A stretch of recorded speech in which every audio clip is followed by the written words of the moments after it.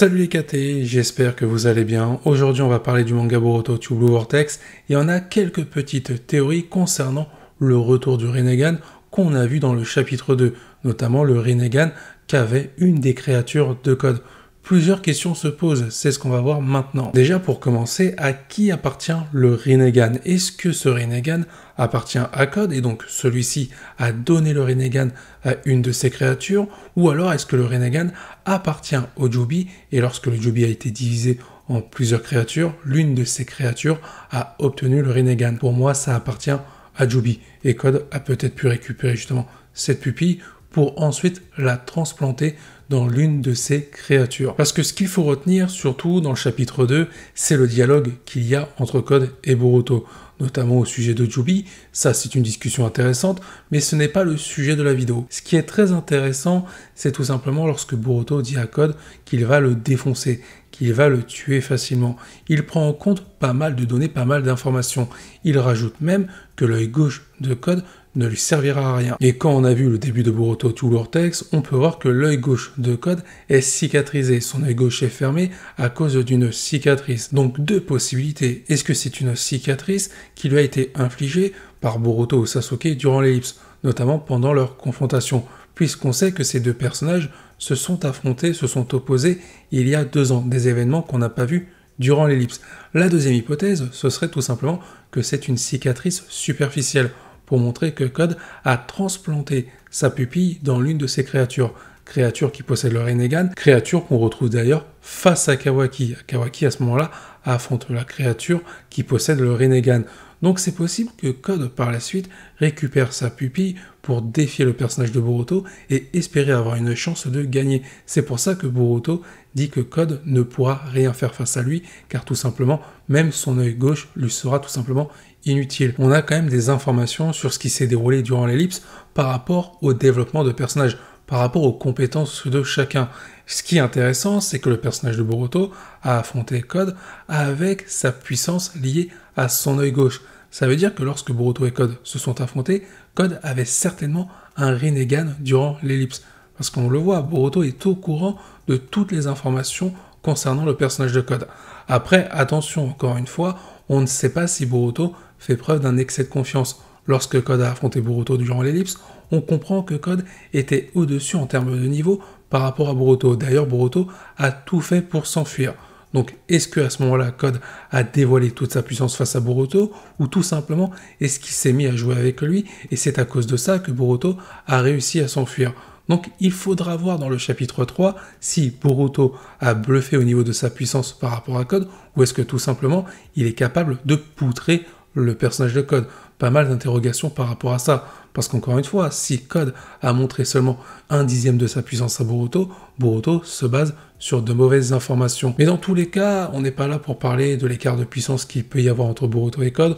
On va rester concentré sur le Rinnegan, parce que le Rinnegan peut avoir un rôle à jouer dans la suite de l'œuvre. Car si on voit le Rinnegan réapparaître, notamment dans le chapitre 2, je pense pas que ce ne soit pour rien. Je pense qu'il va avoir une utilité à un moment donné.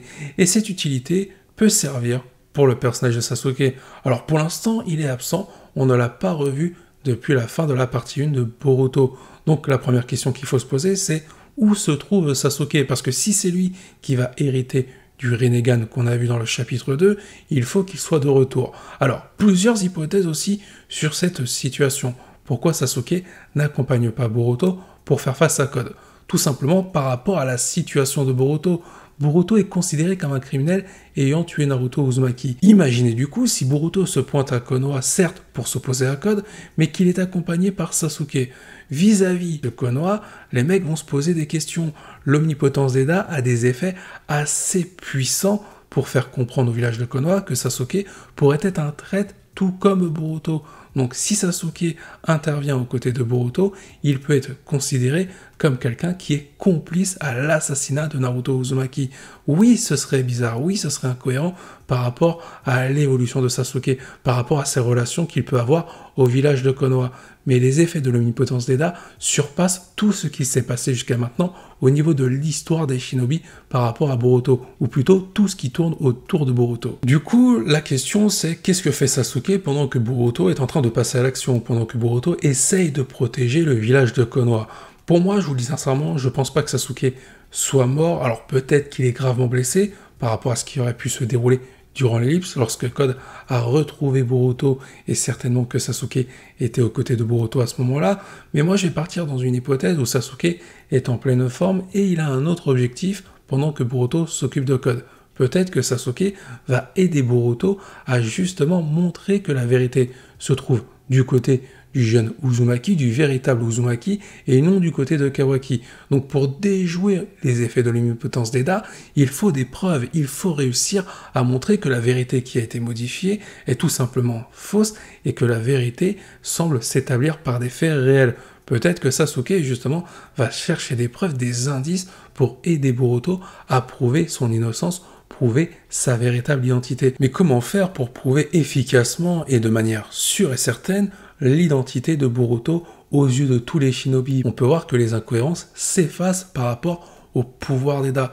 Donc prouver que Boruto est bel et bien le fils de Naruto et que Naruto est vivant, ça paraît compliqué, sauf qu'il y a une solution toute trouvée à cela. Et si Sasuke se mettait en quête d'aller sauver Naruto?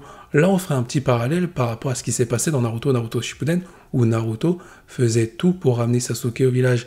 Là, ce serait Sasuke qui ferait tout pour ramener Naruto et Hinata au village. Et en ramenant Naruto en vie, ça permettrait de prouver que Boruto n'est pas un criminel et que Boruto est bel et bien un Uzumaki. Voilà comment Sasuke pourrait aider Boruto. Sauf que le faire, c'est bien, mais réussir cette tâche, c'est compliqué. Alors comment faire? C'est là que le Rinnegan va avoir une utilité. Imaginons que Boruto parvienne à battre Code, et que Code aurait récupéré son Rinnegan afin de défier Boruto. Bien sûr, ça n'aurait servi strictement à rien. Après ce combat, Sasuke pourrait apparaître brièvement pour récupérer le Rinnegan. Ce serait une première étape réussie pour le personnage afin de tenter de retrouver Naruto et Hinata qui sont piégés, bloqués dans une dimension, la dimension auquel les a envoyés Kawaki. Mais bien sûr, pour aller dans les dimensions, Sasuke a besoin du Rinne Sharingan. Mais là, vous allez me dire, mais justement, il a besoin du Rinne Sharingan et non pas du Rinnegan sans Tomoe. Ça ne va pas lui servir à grand chose, à part avoir de nouveaux pouvoirs et de récupérer les pouvoirs qu'il avait pu avoir autrefois. Il a besoin d'éveiller le Rinnegan en Rinne Sharingan. On parle de Sasuke Uchiwa, un personnage très intelligent qui a récolté des informations sur les Otsutsuki entre Naruto Shippuden et Boruto. Et en plus de ça, n'oubliez pas que dans cette œuvre, on a Amado Orochimaru. Pour revenir sur le cas d'Amado, ce personnage, on ne l'a toujours pas revu. Par rapport aux effets de l'omnipotence d'Eda, peut-être qu'Amado a quitté Konoha pour aller du côté de Boruto, puisque les histoires ont été inversées par rapport à celle de Kawaki, qui a été inversée par rapport à celle de Boruto, avec en plus de ça, Boruto, le fait qu'on croit qu'il soit le criminel ayant tué Naruto. Donc Amado aurait pu partir du côté de Boruto par rapport à l'histoire qu'il y avait autour de Kawaki. Mais vous l'avez compris, avec l'omnipotence d'Eda, Amado croit que son cobaye, c'est Boruto et non Kawaki. Et grâce à ça, peut-être que Sasuke pourrait avoir des informations ou bénéficier tout simplement des expériences d'Amado pour pouvoir faire éveiller le Rinnegan en Rinne Sharingan. Et après, comme je l'ai dit, il y a aussi le personnage d'Orochimaru qui pourrait être utile pour Sasuke. Une autre théorie, pour faire référence un peu à ce qu'a fait un Uchiwa dans Naruto Shippuden, Sasuke pourrait assimiler la puissance du Jubi. Il faut rappeler que ce Jubi est beaucoup plus faible que le Jubi qu'on a connu dans Naruto Shippuden. On pourrait avoir quelque chose de similaire par rapport à ce qu'avait fait Obito pour s'imprégner du Jubi en lui, afin de devenir un Jinchuriki. Sasuke pourrait réussir cet exploit également en ayant la force du Jubi. Et grâce à ça, il pourrait tout faire pour éveiller le Rinne Sharingan. C'est peut-être pour ça aussi que Boruto veut retrouver Jubi et qu'il demande à Code de l'amener à lui.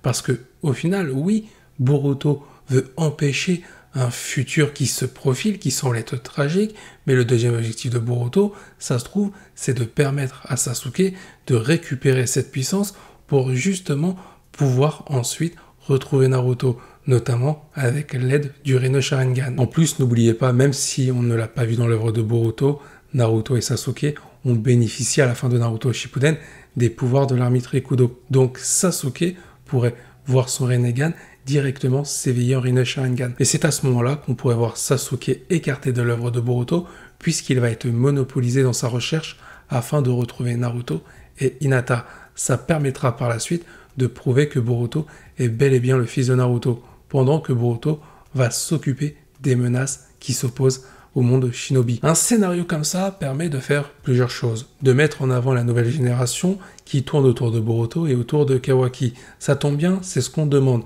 Parce que jusqu'à maintenant, il est vrai que Naruto et Sasuke volaient un petit peu la vedette. Ce qui est bien, c'est que maintenant Naruto est écarté et Sasuke pourrait être écarté parce que celui-ci va tout faire pour retrouver Naruto. Et ça va laisser du coup la vedette à Boruto ainsi que Kawaki. Sans oublier Sarada, Mitsuki et certainement d'autres personnages. J'ai évoqué il y a quelques secondes le personnage de Sarada. Elle aussi pourrait être une candidate pour récupérer ce Rinnegan. Maintenant, je ne vois pas cela arriver directement si cela doit arriver. Je pense que ça pourrait arriver dans un premier temps pour Sasuke et pourquoi pas par la suite pour Sarada. Pourquoi je ne vois pas Sarada récupérer le Rinnegan directement? Puisque tout simplement, il faut déjà développer les compétences de son Mangekyo Sharingan. Donc on ne va pas lui rajouter directement le Rinnegan si on doit déjà développer quelque chose à côté. Il est temps de s'arrêter là pour cette vidéo, j'espère qu'elle vous a plu. N'hésitez pas à donner votre avis en commentaire. Je vous dis à la prochaine, portez-vous bien et n'oubliez pas que la volonté du KT soit avec vous.